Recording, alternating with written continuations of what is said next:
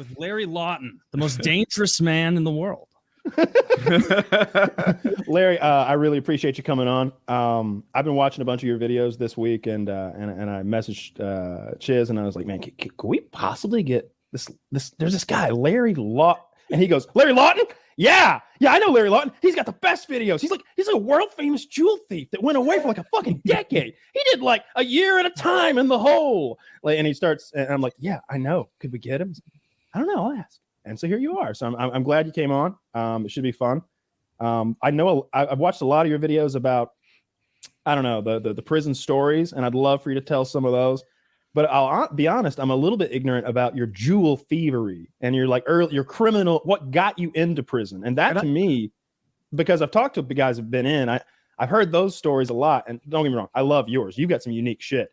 But I'd like to hear about what it's like to be a jewel thief and like how you got into all that. Everything I know about jewel thieves, and I'm sorry to interrupt, but it comes from movies. So I wonder what his role was. Was he the IT expert? He's not looking like the acrobat, right? I don't think that. We're going to need a little Asian man who can fit in a box. Were you the muscle? I'm joking. Please tell us about your jewel thievery. Never heard anywhere on any show. All right. Hit us with it. True story. I was in prison with the guy with the biggest dick in the world. His name is Roberto Cabrera. He's a Mexican, 5'6", fucking size 6 shoe. And you can look him up on your phone right now and just type in TMZ biggest penis. I am in bed. Okay. I am in bed with I used to do his legal work. I was in bed. I used to talk about him all the time. Friends. They go, yeah, Larry. I'm in bed. My girl hits me. Says, Larry, get up. That's the guy you talk about. That's the guy. Sure enough, in the article, Yazoo, I was in Yazoo prison with him. He got arrested at wherever. He had his dick was 19 inches long, fat as a fucking Coke can, and the ugliest motherfucking dick you ever fucking saw. Oh my God! What a curse! And I hate was this the guy that we looked up that one time that inject a bunch of stuff into his dick skin? No, oh my goodness! Different guy. I was in prison. Just look up TMZ biggest penis. His cock weighs a kilo. Huh? His cock weighs 2 pounds. Yeah. Oh, you seeing him weigh it, right? Exactly, right. And that's legit as shit. Listen to a great story in prison with him. He used to have to, when you're in prison, you have to go through 2 to 3 metal detectors to go different places in the prison yard. So he's in the middle of the yard. They have a guard station with metal detectors. And it's like a point where all the place, like if you were coming from the library or the kitchen or the rec, or you have to cross into this little spot, then you can go back to the units. Then they might shake you down in the unit. So he comes through the metal detector and they pet him down. And the guy goes, give it to me. He goes, no, mine. Give it to me. Mine. They send him to the lieutenant's office. He goes into the lieutenant's office, strip, can search now. His fucking dick, they fucking there was a picture of him in the metal. They couldn't do that. Girl guards weren't allowed to hear him. They sent him to laundry to make a sock like underwear, because he used to do this. I don't know. A support garment. Yeah, like this. His fucking dick. Swinging around. So a couple black friends of mine, I knew him real well, used to do gambling shit. I'd say, yo, motherfucker, there's my man. Put your little dick over there away, motherfucker. Here's my man, Roberto. It would be below his knee. That's why they had to build a sock for him and bigger pants. That's disgusting, actually. Actually, this is it really was a disgusting looking penis. So I had to see it. I told him. I did his legal work. I'd rather have a small dick. It doesn't look like it works. His dick used to hang over the side of the fucking mug. Literally. See, when he's sitting on the toilet, imagine where does his cock go when he sits on the prison toilet? He's got to stand up or it could get. He's got to hang it over. Yeah, no. It's again. We used to ask. I said, "Hey, you ever fucking one girl, only 9 inches. One girl, she couldn't do it all 9 inches. This is the truth. He used to fuck a horse in Mexico. He used to fucking He's an outside the box thinker. Respect. Well, modern problems He's an require modern solutions. I gotta write this. Hold on. Is he gonna get the horse? Like, If he comes back with a little pony, I'm gonna lose it. Just a limping pony. I feel like I'm actually at a friend's house smoking a joint. We're telling stories and laughing. So he would do it with the horse to kind of relieve some pressure sometimes. Yeah, I had to get out of there for a minute. Oh, we don't have any literature per se, but we do have a product that will increase your semen volume, and we have some really powerful weed gummies. That's about all we do around here. You know, it's great. I saw Tyler in one other show talk about that. You know, you're talking about, and I'm cracking up, fucking saying whatever this fucking, and then you whatever commercial you're doing. I know how they work, but it's funny. I'm thinking, oh yeah, I take the shot. Fuck the fucking pills. You know, the shots the thing. What kind of shot? Look at you guys. I shut them up. That's what I wanted to do. I want to know about the shot. I'm not aware of a shot that increases your. Yeah, it's called Trimix. Actually, a male porn star told me about it. That's what they use. If you look it up, it's called Trimix. It's a needle you put in your penis. Oh, this isn't the same thing. Okay, if that's our competitor, I feel safe and sound. Are you tired of injecting your cock with enormous needles? Never. Look no further. They're not this small. It doesn't hurt, you know. Looks like they're mostly about getting your dick hard. Yeah, that's what I saw too. Not about. Listen, I get my dick hard all the time. Me too. If I have too much to drink, too much to smoke, too much partying, whatever, then I can't get it up. I said, fuck this shit. I want to party, have fun, and get it up. I don't want to be sober and have to be perfect to get it up. That takes the fun out of it. Okay, so this is for getting a big hard one, huh? Is that's the point? The longest one I had, Kyle, was 7 hours. Oh my God! They direct you to the emergency room after 4. Oh shit! I'm pretty sure they send you a certificate after. You get a Purple Heart. That's what that golden play button's for. What they give you is a reverse shot. Purple Hard would have been a better joke. Fuck. Purple cock. Purple Hard. See, the needles, guys, are not bad. Oh, you're not even fucking kidding, Larry. I mean,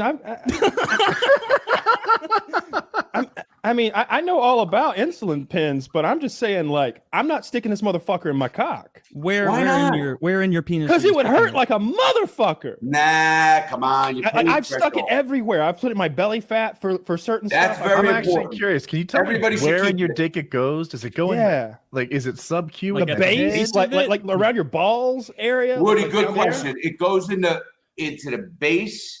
But not on the top. What is the thing? It's got to go into they call it I don't know the medical name. But there's a chamber in between is where it goes in. And if you have to reduce it, you shoot the same chamber. All it does is it opens up blood vessels and it lets your fucking. Oh, I bet it does. It is unbelievable. Well, I'm telling you, I'm gonna stick to the oral. This shit. I want to fucking get a sponsor from them. I'm gonna stick with the oral pill because I don't have to put that in my head. What if Blue Chew worked? What if the way Blue Chew worked is you had to take that pill and stick it in the head of your penis? You had to get it all the way in there like a cock suppository. You know, I bet that would be bad for sales. Listen, I hear sales plummet. And I told this, and they do, and I found out all the porn stars do it. Is anybody who's ever done? They go, I understand now. That didn't even hurt a little bit. It's like like a pinch on your fucking thing. It's not everybody's, it's the mental injection. This is an injection that's going to give you a hard on for probably longer than you want. But what happens when you finish? Does it just stay hard? Yeah, I mean, this thing's just staying at attention no matter what. Like you can go. I usually can ejaculate 2 to 3 times, but obviously, at my age, not much is coming out. I need that shit. Just a poof. You need some of this. Some locking up. We'll send you some. I wish it was that easy.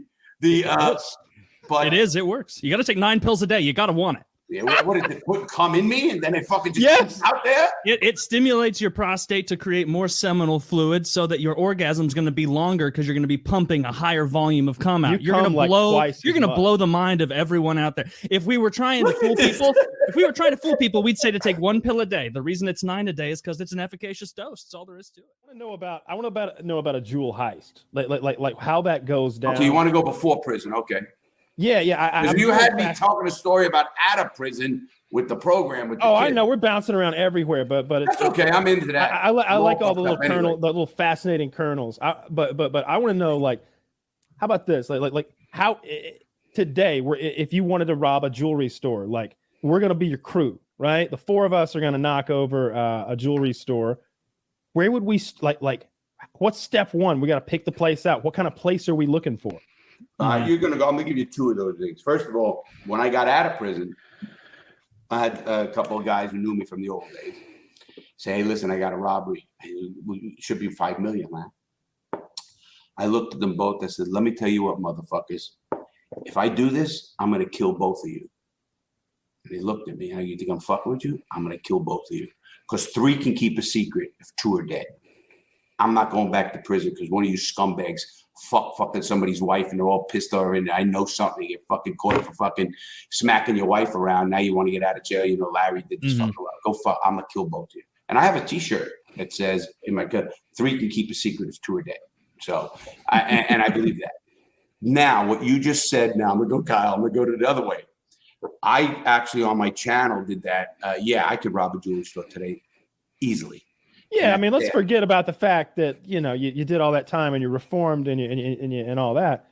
Let's just start. You and your prime. How are we going to rob this store? What are we looking for?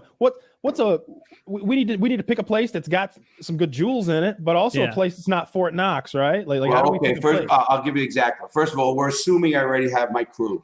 That picking of the crew is very important. Mm-hmm. So anyway, you have your crew, and we all have intro montages like of our skills.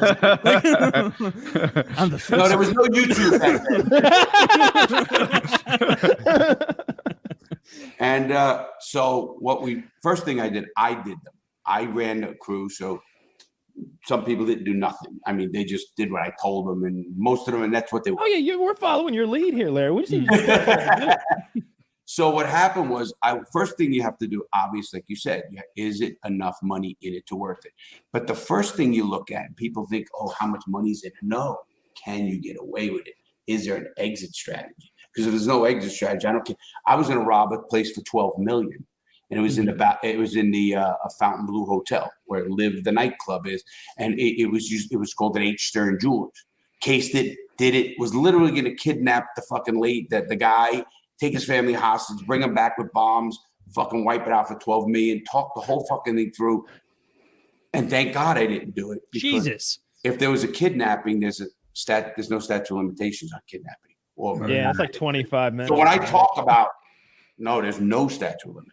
No, so, I mean like 25 years in prison minimum. I mean, if I did that, I'd probably get life. I was facing life anyway, and I beat the gun charge. That's what happened to me. I was going to get life. There was no getting me out of me, but I won in a preliminary hearing. I won the 924C. It's a gun charge, and I beat the gun charge. That's the only reason I'm sitting talking to you guys. So to rob that jewelry store, you have to know to get out, obviously.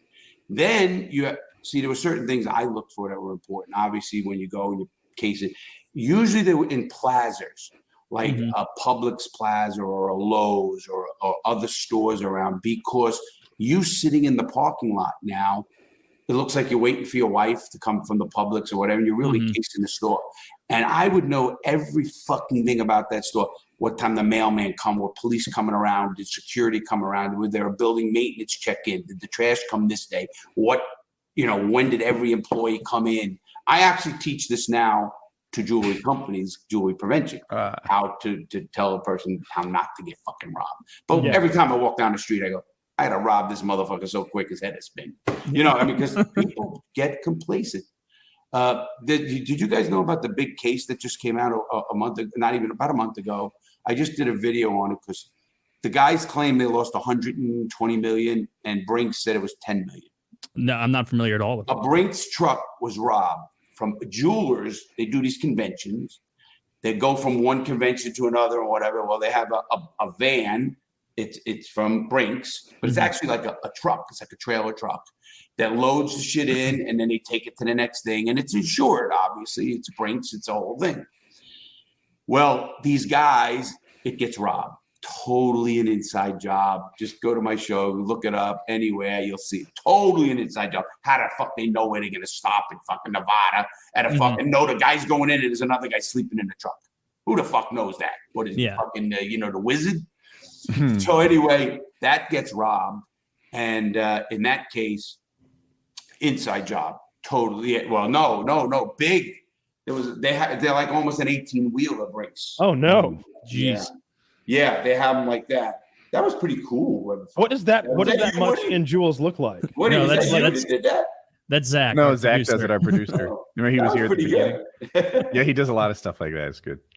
So break it down for me, like because I don't even understand. Like, is this a daytime robbery where they're doing business and we're going in with masks and guns? Yeah, is this a nighttime? Yeah, they're getting better, even bigger. Try again, Zach. No, they Zach, haven't. We said bigger. It looked like, I don't know if they leased it, and they painted. I don't know how it worked and exactly how that worked, but it was like almost like an 18-wheeler. But anyway, as far as the jewelry store now, first of all, in my robberies, I even knew which way the sun. Yeah, something like that. That's a toy. I knew which way the sun. Why was that on the news? That was on the news. It was. The CBS There's News. a news article about toys. Unfortunately, Google doesn't have a large enough truck. So here's a reimagination. What Google? How about Amazon? Yeah. So anyway, you go. I even knew which way the building was facing because when the sun hits the glass, somebody can't look in. So there were angles and times that I would check these stores out. My first robbery, just to let you know, was a setup. The whole thing was a setup for an insurance job. I ended up making $150K in my own pocket. I said, well, fuck this. I think I can do this shit myself. And sure enough, I do. And obviously, I got better and better and better and had crews that were just unbelievable. I mean, listen, I partied every drug in the book. I believe in them. I believe it's a person's choice. Now, if I commit a crime for that drug, I should be held accountable. Other than that, I'm not hurting anybody. Stay with me, Larry. I want to know how we rob a fucking jewelry store. We're bouncing around everywhere. So we know we wait for the light. We know when people are showing up. What time of day do we hit it?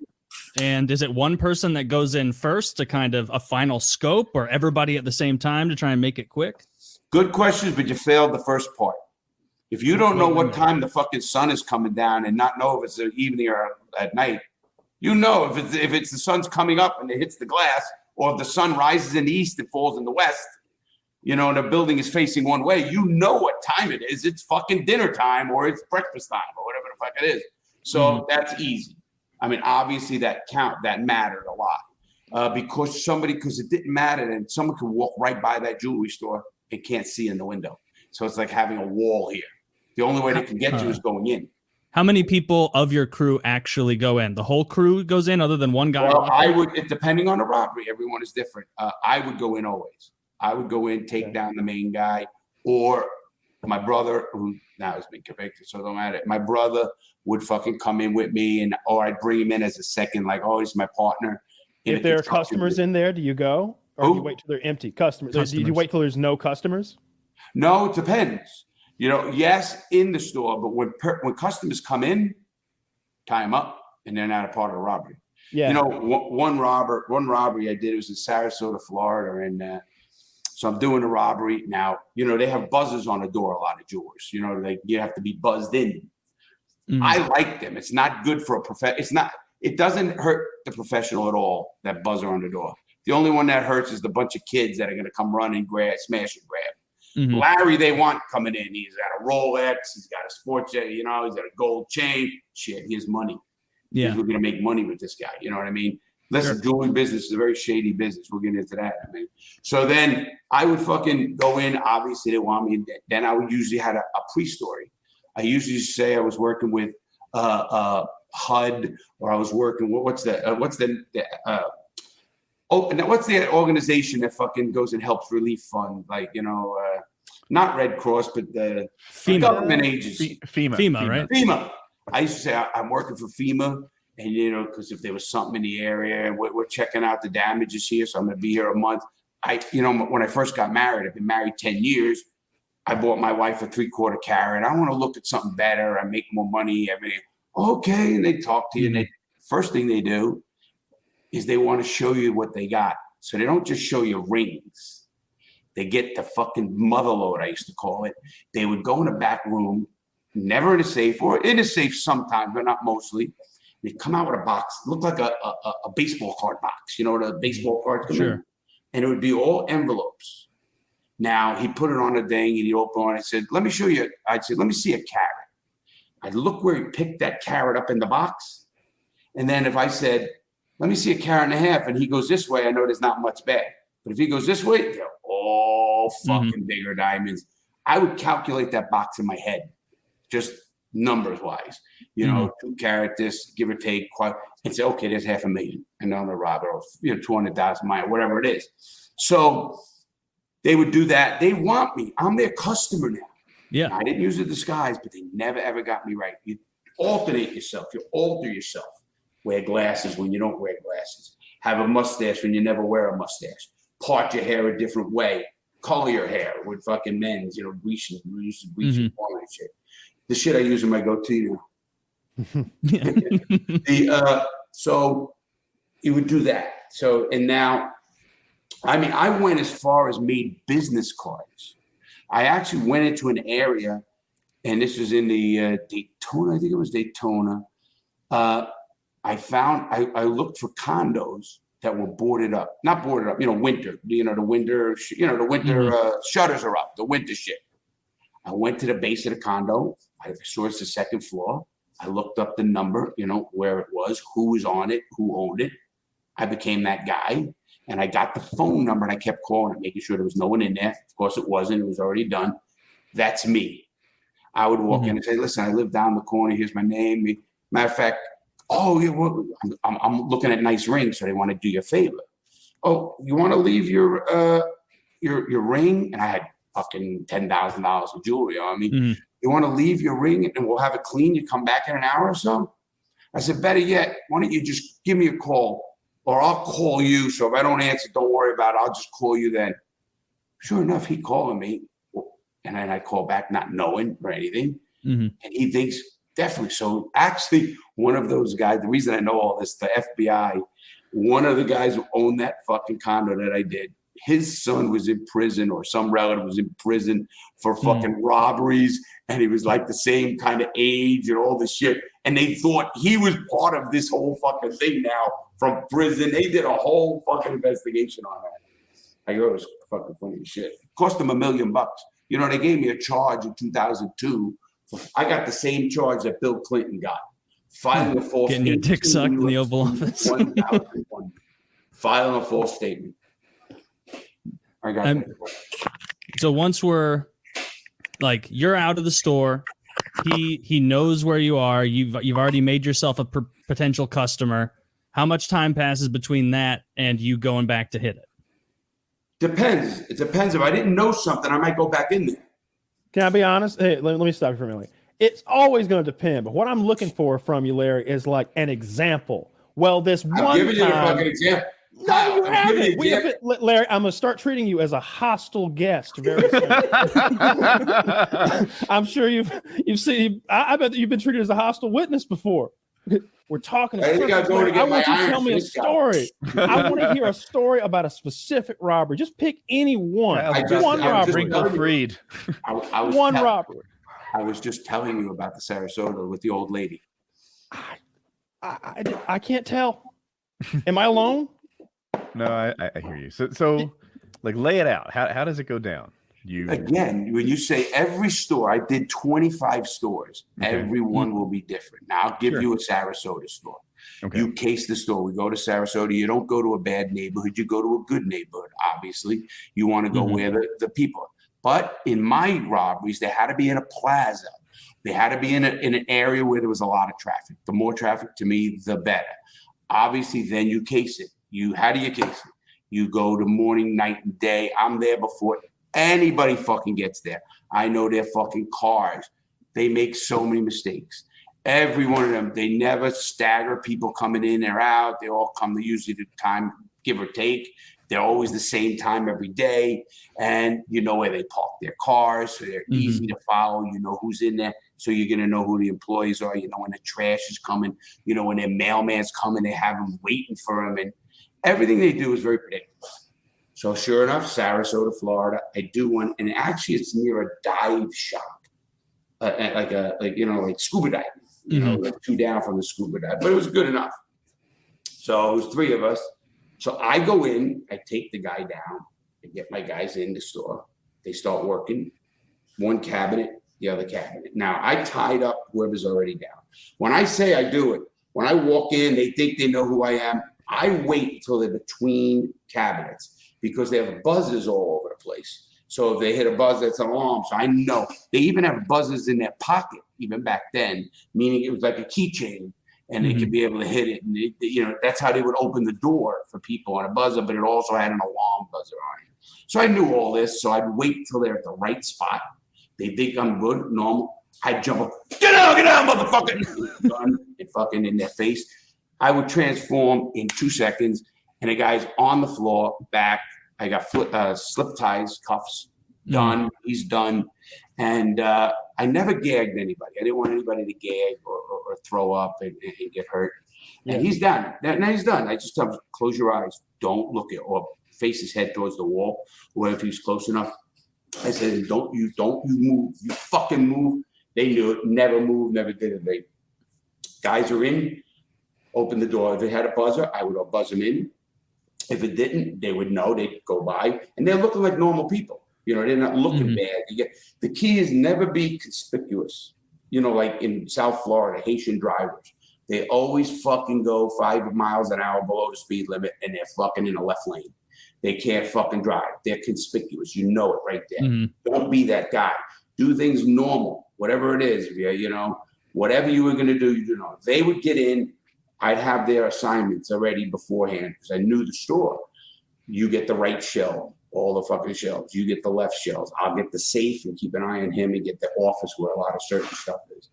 So you're cleaning them out. You're getting everything that's on display, and you're going everything. When I left the store, they sold the whole store. You ever get the wallets too? You ever go like the Pulp Fictions? Like go and give me your wallet too. No. Matter of fact, that I'm gonna tell you that robbery about a guy. I called them out and they left. So we're in this robbery. So obviously doing a robbery. These 2 old people. They're trying to pull the door. Once they do this, I'm still in a suit and tie. You can't tell. I do have the white gloves. So I go over to the door, open the door. No, open the door. They come in. You bring them in? Take my gun. And I say, you're in a fucking robbery. The lady goes, huh? I said, no. I says, no, you're good. Just come with me. I brought him in the back. I didn't tie him up, didn't do a thing. I said, just look at the wall. I said, this guy was a bad guy, so we had to rob him. But just look at the wall. So they look at the wall. Now we're getting ready to go. My moron, I had a guy with me since dead, but it's Jimmy. He fucking goes around. We're ready at the back door. We give him the signal to bring the car around to the back. Dump the fucking pillowcases in the car, and we're gone. So this moron comes around, doesn't see us quick, and goes back around the front. Now we're waiting, the door open back there. I'm like, I get so mad. I close the fucking door. I go up to the 2 players. I'm just testing you. Don't move. I told you got to wait 5 minutes. I didn't do shit. I'm not testing anybody. And fucking, I go to the front. And I go, come on. And then he goes, and we get in the car and we go. And but those 2 old people were interviewed by the newspaper.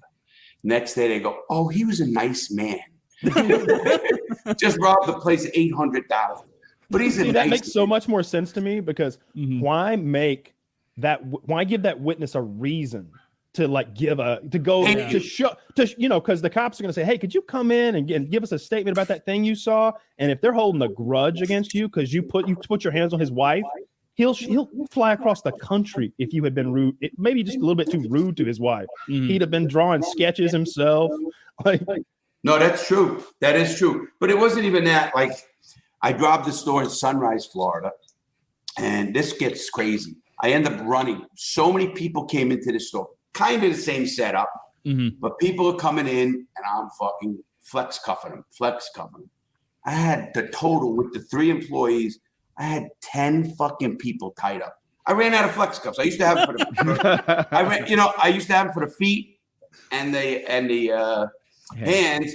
So I stopped putting them on the feet after. So I said, wait a minute, you got flex cuffs? No, we don't have any because we only carried so many, Yeah. So this one guy was mounting off in there, and he's tied up, and I'm like, what the fuck is this guy? A cop? It's in my head, Is he a cop? What the fuck is going on? What is he doing?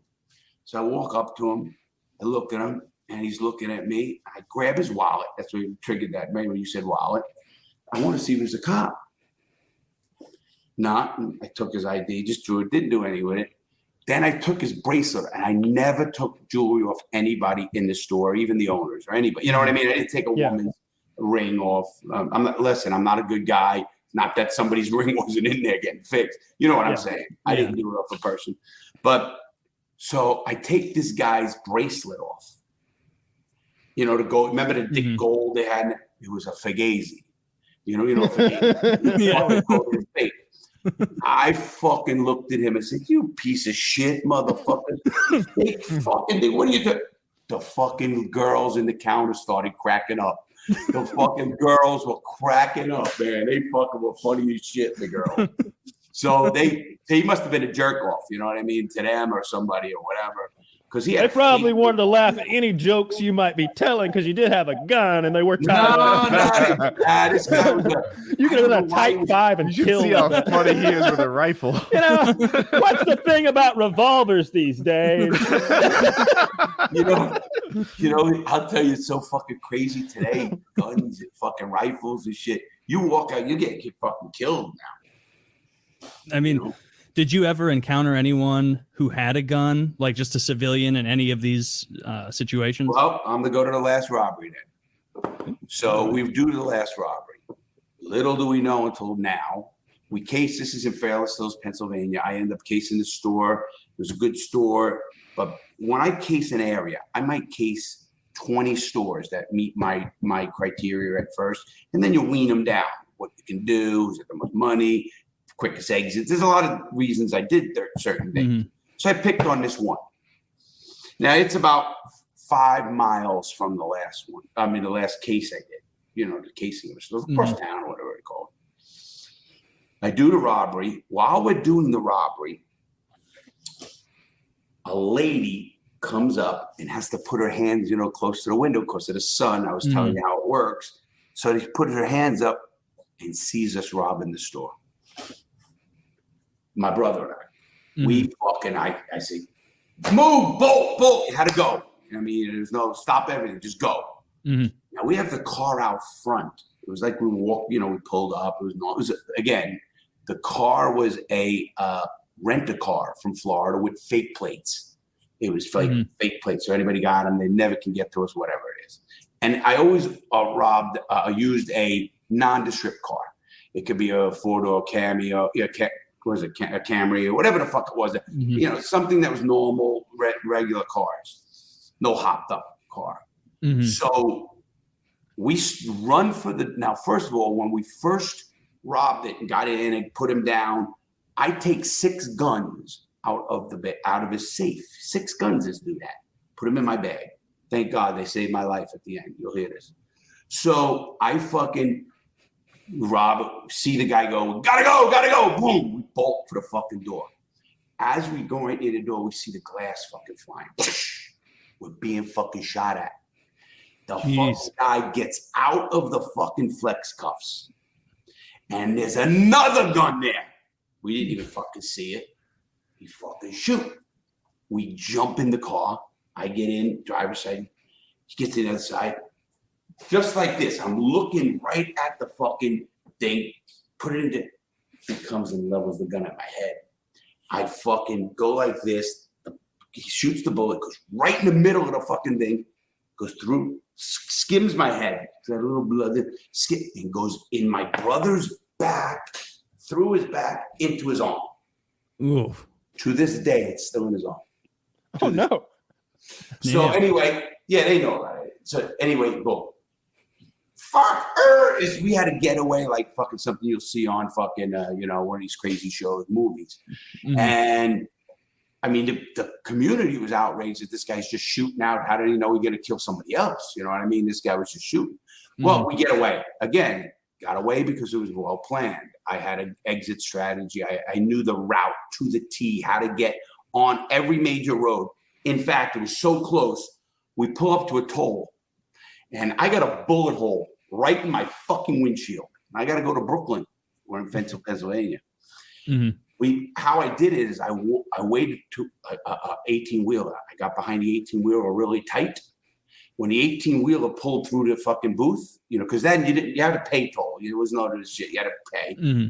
I had the exact change, everything ready. When he pulled through, I pulled up past the thing. So because the guy's doing something, and you know what I mean? Like the booth is here. I would pull here so he couldn't see the windshield and literally lean back and give the money like that. Yeah. And when I did that on the first one, it said, be on the lookout for a, and I could see he didn't have any fucking, he didn't pay attention. He knew it, whatever. We get on the fucking turnpike. We get to fucking Brooklyn. We again, the gangster place, and the place where that place was, we had an apartment on the second floor of that. Took my brother up there, and we did it. I was going to drop him in the hospital if I thought he was, just drop him there or whatever. We thought we had that plan, but we didn't need to do that. We get to the fucking goddamn, I clean up. We get to the fucking thing, run in. Again, gangsters. We have friends. We send out car to get the glass changed. Brooklyn Auto Gas. Boom. Literally. Thank God it was a rent-a-car from Florida, because there's no stickers in the corner. In New York and other places, they have the registration, those stickers in the corner. What are you going to do when you can't get that? Yeah. Florida doesn't have that. So I had the whole fucking windshield. In fact, I had that done when I had $500,000 in jewels in the trunk. It was less than that, 200, because again, we had to get out of there quicker. But anyway, get the thing. Now, back then, you got to remember, this is 1996. You could fly anywhere. There was no 9/11 shit or anything. You just you give a name and cash at the counter and get on a plane. Literally, that's what you do. Mm-hmm. So we had that plan. We ended up getting him. We had him sent him back to Florida, and I was going to take care of the business up there, which I always did anyway. So he gets back, and we were going to set him up. I call a buddy of mine here, another wise guy, and I said, "Hey, Louie, I need a doctor." What do you need? He goes, "I don't know." He goes, "But I got a vet." I said, "All right, my brother's got a bullet in him. We got to take the fucking bullet out." Well, he's also a builder, like a contractor. Mm-hmm. He's building Judge Torpy's house. They set up a door and fucking sawhorses for a fucking table for my brother, but thank God they didn't use it. So he had it all set up. And when we got home, my mother's a saint. I live with my what I put my fucking mother through. It just, I don't even want to say. My mother is really, she never cursed in her life. It's the weirdest shit in the world. But anyway, my mother's been a nurse. So she was working at a doctor's office around right where I live. And she was one of the head nurses at this doctor's office. So what my mother, we came up with the story that Larry and Davey were playing with guns at the bar. And Larry shot Davey, and he can't go to the hospital because if he does, Larry goes to the fucking prison because you can't have a gun and all this shit. And I end up fucking going to my mother takes him and takes care of my whole brother. Literally takes care of my brother. Doesn't take the bullet out because she said it would cause more damage. Again, we were going to get a vet. Yeah. But, and she took care of him with penicillin and all that, make sure it didn't get infected. And what I did not know in this whole case is that when I robbed the jewelry store, I was caught by the major case squad from Quantico, Virginia, the biggest, the FBI, the best of the best. And they are the best of the best. Anybody who tells you they're not is all lying. So what happened was that they go in, the FBI, and they flooded the area. And I didn't know they flooded the area. So when they fucking do that, I go, what the fuck am I going to do? You know what I mean? And they went to every single jewelry store within X amount of miles. They confiscated every single camera from every 7-Eleven or Wawa store. Because when I was convicted, I had a conviction from Savannah, Georgia, me in that area getting a cup of coffee in the Wawa fucking store. And they got me on film. So they placed me there at the time of the robbery and everything else. FBI fucking had fucking crazy amount of fucking shit. And they ended up catching me. Everybody gets caught eventually, I think. What when you get the big score and you get all the jewels and everything, like I know you're saying like, oh, it's $800,000 worth of jewels. Is that 800,000 as worth like what you could get from the mob that you were selling it to, or No. 800 grand? Like that's the total amount, and you'd get like I don't even know what a percentage is. Like what I used to get about 30%, depending on like Rolex watches. I would bring Rolex watches in. I would get $2,000 of Rolex. The regular Oyster Perpetuals that went for about $5,000. I'd get 2,000. So if I had 50 of them, I know the number right there. There's 100,000 right there. So how it worked was like, depending on the robbery, if I got $1 million out of that store, 30, maybe 300, maybe we negotiate to 350, maybe it's not good shit, whatever. But I used to get the good shit, with diamonds. So that's how the money end up works, with diamonds and stuff. They rob these diamonds, and the reason they do it, the biggest robberies lately, you'll hear them all. The one in France was $136 million. If the guy got 20%, you can't rob 20 million, 20% is like for 35 million. Yeah. You can't rob 35 million in cash anywhere. You can't do it. And that's his end. That's the guy's end on that end. Jewelry is always the smart way to go in robberies. And most people got caught by their fences. Somebody snitching that, these guys robbed $5 million at a Tiffany's Jewelers in New York. I was out. I said, I wish I'd known them, because you know how they got caught?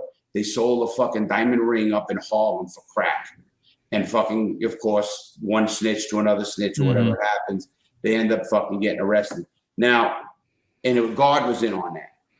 I would have bought the whole load for him for $1 million. I would have sold it for $2 million. You know what I mean? Maybe $1 million, whatever. Interesting. Is there no, you need a fence. Is there anything like intimidating or weird about like, because I mean, you're selling these to guys that are higher up in the mob, like scarier guys. I'm selling them to a guy who's connected to the mob, but's in the business. Okay. You don't sell them to your next guy. You're kicking up anyway. You whatever you do, whatever you rob, whatever you steal, whatever you're a bookmaker, you're kicking up anyway. So I used to give envelopes to my boss. Okay. So there was, as long as you were making money and, earning, you weren't worried at all about like higher ups in the mob. No, matter of fact, the higher ups want you. I mean, you're the earner, you're the money maker. In fact, the only reason I had to be with the family, so to speak, is because I needed that protection. Because if the other families would have found out that, hey, there's Larry, he's a big robber, they're going to take me hostage. They're going to fucking put an iron on me if I don't have protection. So when you have protection, everybody knows, listen, you can't fuck with that guy. He's with the Gambinos, or he's with the, Columbos, he's with the Genovese, he's with whoever the fuck it is. Lucchese's, it doesn't matter. If you're with one of those 5 families, the others are not going to fuck you. They're going to start a war over some fucking idiot trying to fucking, because my bosses are going to fucking fight for me because they're making money. Yeah. It's all about money. Don't let anybody kid you. The fucking mob is all about money. That loyalty shit is all bullshit. All about money. No loyalty, just that's a convenient little. Look at it. You want loyalty? Look what fucking Gotti, Sammy did to Gotti. Look what fucking people do every day. What people, you can't even go there and talk about loyalty. It's been fucking up now. Obviously, there's certain people, but you see it happening every day, man. So it's about money. Who's making the most money? Joe Messina, the fucking boss of a family. Fucking flipped. What the fuck are we doing? How does that work? Is you mentioned like jewelry always being the smart move for people who are trying to make a lot with, make it relatively easier. So robbing banks, that's stupid. No reason to ever try to rob a bank in your mind. Well, first of all, banks don't carry a lot of money. Even if they did, you might want to go to a warehouse. I knew guys who did this, or the armored trucks that go to the warehouses. But even besides that, you're automatically after you by the feds because it's a federal crime. Yes, because they're FDIC approved, insured. So the federal government is insured, so that makes it a federal crime. Actually, a jewelry robbery is not a federal crime. I didn't make it federal. My actual charge is what they call Hobbs Act, or interfering with interstate commerce under the RICO Act. Mm-hmm. Under RICO is like murder could be under RICO Act. Murder is not a federal crime. Whatever state you're in, you kill unless it's on federal property or something like that, federal agent, something of that nature. You could rob McDonald's and the federal government could make it federal because McDonald's gets its fucking French fries from Idaho. Mm-hmm. And they can say, now you are interfering with interstate commerce, which is called the Hobbs Act. You're going to get federally fucking convicted, federally prosecuted. And they do it under the RICO Act for me. Because I was interfering with interstate commerce, all these robberies from different states and everything else. So they knew who I was. They knew I was with the family in New York. So they loved it, but they didn't get anything out of me. I went to prison for not telling. That's why I went to the worst prisons in the world. What would someone do if they didn't have the connections to sell jewels? Because that's the thing that I think we've discussed this before, like many years ago, maybe just a discussion I've had with friends. It's like, why would I rob a jewelry store? I would then have jewels. I don't know what to do with fucking jewels, right? You know, as a normal guy who's not connected. Well, we just said that. We just said that earlier. Oh, okay. Yeah. But no, it's a quick answer because it wasn't place like that. You know, you could take jewelry and piece it off and be fucking never get caught. You go into a jeweler down in somewhere and say, listen, this is my grandmother's piece. And I'm looking to get rid of it. And it's, maybe it's a $10,000, $20,000 piece. And the guy goes, well, he's doesn't know anything about jewelry. I'll give him $10,000. He'll just shut up, Mm-hmm. And he's not going to report it. He's going to take it out or resell it or whatever it's going to be. And you just got $10,000 to walk around the street if you're going to do something small like that. Mine, you needed defense. You needed defense in the jewelry business. Otherwise, you could have never got rid of them. That's how the guys from Tiffany's got caught. They didn't have a fence. The fence is the guy that, first of all, most people, even when the fence gets caught, what do you think he's going to do? He's going to fucking rat on the guys. Well, where you get the fucking jewelry? Mm-hmm. But the guys I had were all connected and there was no rats on my case. There's not one rat on my case.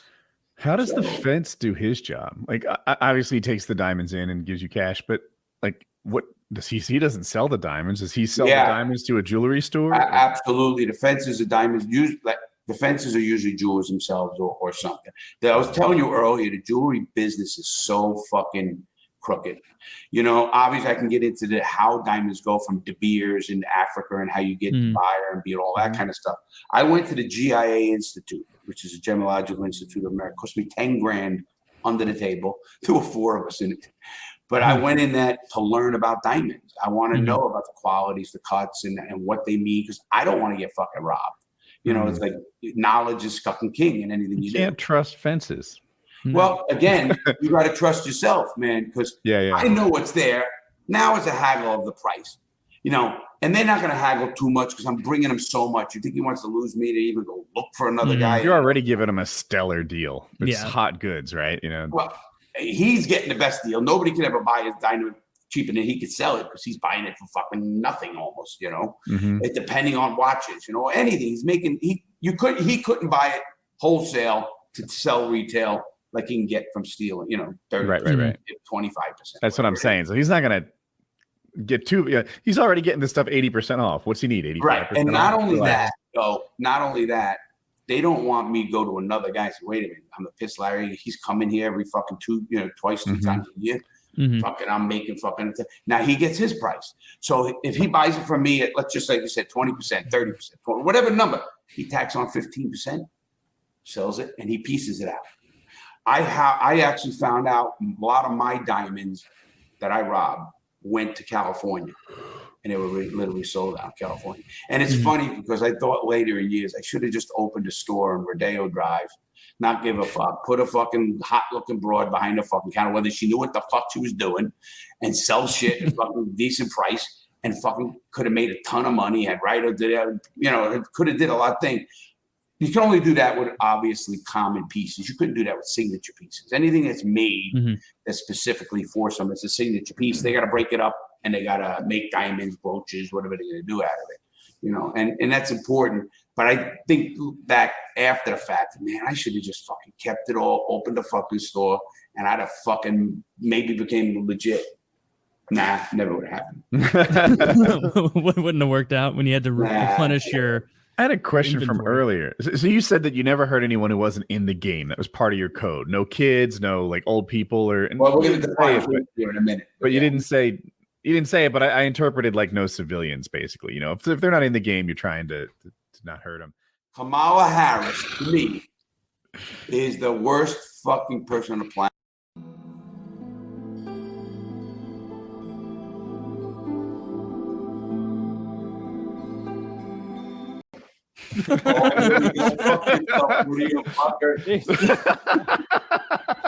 I mean, you know what, Woody? You've won me over. Now I'm voting. Now I'm doubling Woody's vote for Kamala. Like, do you know how that might go over well? 9 out of 10 felons agreed they would not vote for Kamala Harris. Listen, don't go to prison if you voted for Kamala Harris. Don't be too vocal about it. Oh, I wanted to say, I forgot about this. All my friends were asking, "Hey, what did Larry Lawton say that y'all had to remove from the show? What did he say?" And I was like, "Oh, Larry, the world famous jewel thief and famous felon who did 11 years in federal prison, chose to threaten a public figure randomly for some reason with physical violence." Now, I know he's doing it in a joking way, but all of us thought that wasn't too chill. And so as soon as the show ended, I was like, "You gotta get rid of this. Zach, you cannot have that." And so for Larry's sake and for our sake, I suppose. Well, I don't want to be attached to any nonsense. Like, Jesus, keep it zip, bro. I just, it was borderline anyway. He didn't go crazy or anything. I've heard some people say crazy stuff from the left that's scary that you would think would be a crime.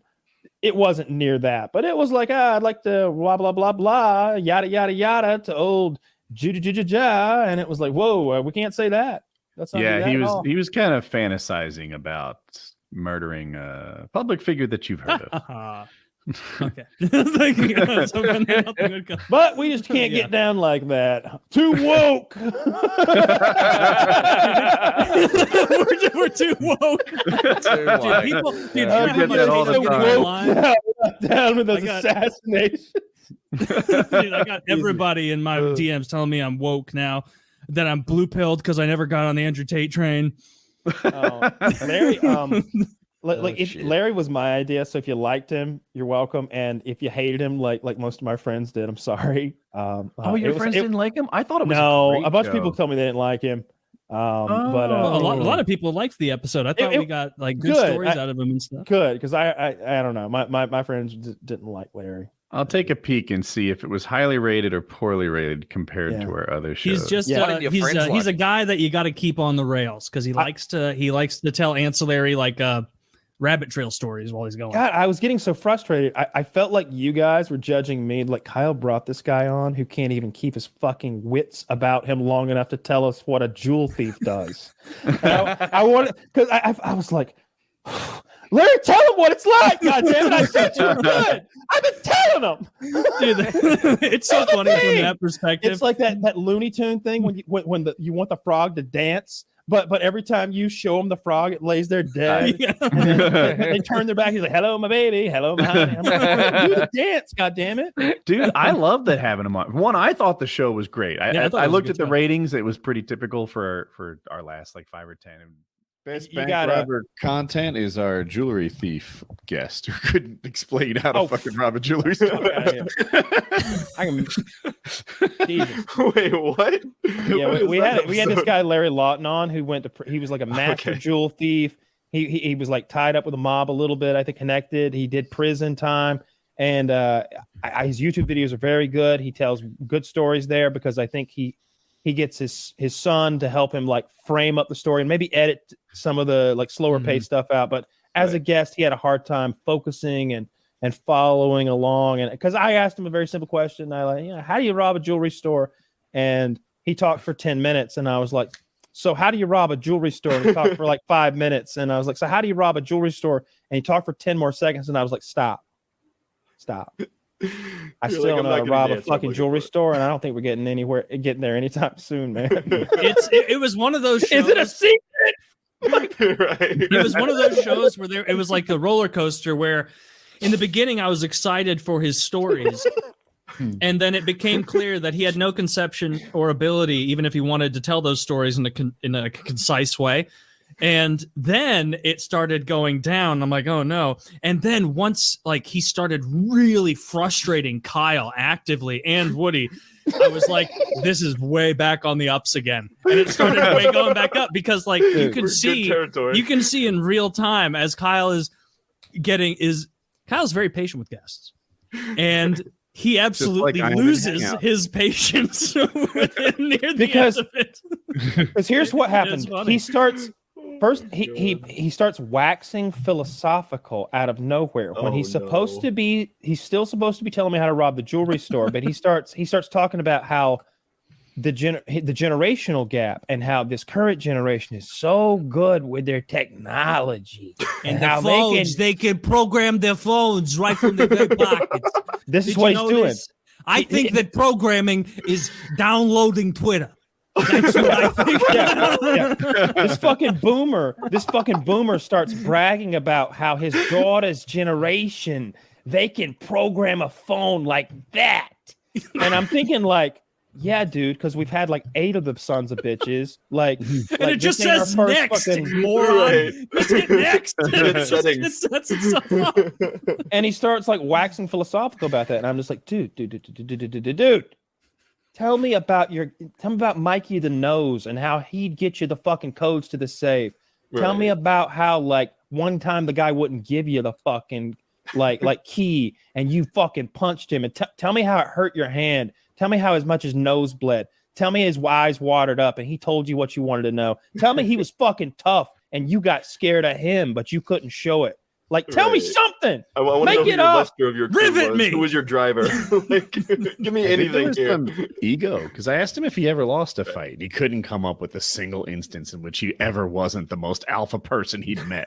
Oh gosh. I imagine everybody loses fights in jail or prison if you're there long. Like he was in prison. Like you're there long enough, you have to be losing a fight unless you're like Mr. I don't think everybody gets in a fight. I think it's rare. No, but he was like gang affiliated, so like he was in the mix, right? Was he? I didn't think so. I thought he was like friendly with. If I remember correctly, he was just kind of doing his own thing in there. He mostly talks about cooking in there and how like there was some rough stuff going down, but I don't remember him being gang affiliated. But it's been a while. I probably made that up. That's an example of. I probably made it cooler in my memory. Look, to be fair to Larry, like. He's an older gentleman who's lived a very long life. If he has a hard time, like stringing a story together, lickety split for us young folks, then maybe that's also our problem. Fat. Maybe we need to be a little bit more patient. Also, Taylor's a very slim man who could beat the shit out of him.